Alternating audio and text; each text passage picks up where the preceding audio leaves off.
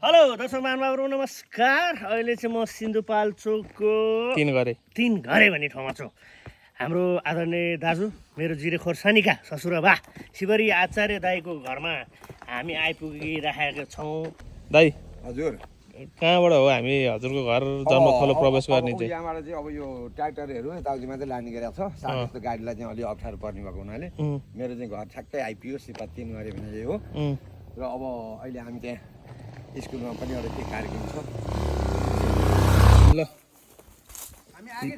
यो 3 घरे हाम्रो कलाकार शिवरी आचार्य दाईको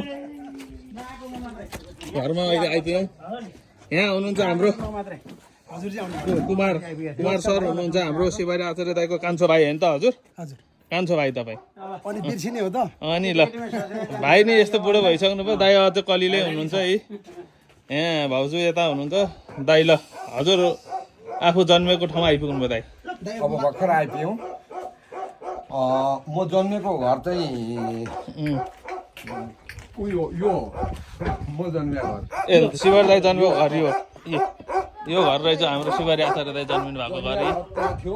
अँ त्यो घरमा जन्मिएर त्यसलाई भत्काएर अनि त्यहाँ चाहिँ अहिले गोठ बनाएर अनि यो अहिले पछि बनाएको। अनि यो चाहिँ यहाँ अर्को घर थियो, फेरि हामी यसपछिबाट यहाँ अर्को घरमा बसेका थियौँ। भैँचालोले सबै ढालेपछि अनि यो अहिले गोठ बनाएर यो माथि डिलमा चाहिँ सारेको हो। यही हो म चाहिँ जन्मिया ठाउँ हाम्रो। अब यो खेतीपाती या तल त्यसमा यो पारिपट्टिको यो हाम्रो यो सबै यो हाम्रो दाइ। अनि अब हजुरले 3 घरे त भन्नुभयो होइन, तर यहाँ हेर्दाखेरि चाहिँ घरहरू धेरै नै देखिया छ। तर 3 घरे नाम चाहिँ कसरी रह्यो दाइ यहाँ? अब यसो छ, हाम्रो मेन ठाउँ भन्दाखेरि चाहिँ 3 घरे अहिले स्कुल भएको ठाउँबाट उता 3 घरे र यसलाई बितलब भनेर भनिन्छ।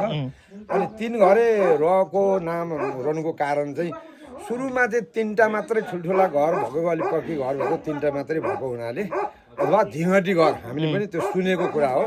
3टा मात्रै घर भएको हुनाले 3 घरे भनेर चाहिँ नाम राखेको छ। त्यो मैले जडीबुटीमा पहिलोपटक गएर घर बनाउँदाखेरि 3 कोठाको घर बनाएको थिएँ। अनि मलाई त्यो इमाडोलहरूको काठमाडौँ त्यो पारिपट्टि मटारको मान्छेहरूले मलाई के अरे 3 कोठे भनेर भन्थ्यो कि मलाई। त्यस्तै यो पनि हाम्रो 3 घरे भनेर भने 3टा मात्रै घर भएको हुनाले यो नाम राखेको। दाइ अनि यो आफ्नो जन्मथलो कति समयपछि आउनुभयो त तपाईँ? अब अहिले चाहिँ अब यो छोडेको त धेरै भइसक्यो। अहिले चाहिँ तत्काल चाहिँ 5 वर्षमा आएँ। भने कस्तो अनुभव भइरहेको छ 5 वर्षमा आफ्नो जन्मथलो टेक्नु भएको छ तपाईँले? होइन यो त धरतीमा त नि अब यो कस्तो हुन्छ भन्ने कुरो कोही भने जन्मथलो होइन, यसको महत्त्व अर्कै छ। अब अहिले गएको कर्मथलोहरूको महत्त्व अर्कै छ। अब समयले मान्छेलाई कहाँ पुर्याउँछ। अब प्रायः हाम्रो यो सबै बस्तीहरू अब करिब घर रितिसकेका छन्। मेरो पनि अब भाइहरूको उता काठमाडौँमा घर बनाउँदैछ। अब यो पनि उता गएपछि यो त सक्यो। अब भनेपछि सिन्धुपाल्चोक 3 घरेबाट कलाकार भनेको हजुर मात्रै नि जन्मिनु भयो होइन त? यहाँबाट चाहिँ कि अरू पनि हुनुहुन्छ कोही कलाकार? हुनुहुन्न, कोही पनि हुनुहुन्न। कलाकारमा अब कमेडी समेडी यता सिरियलहरूमा चाहिँ म मात्रै नै हो।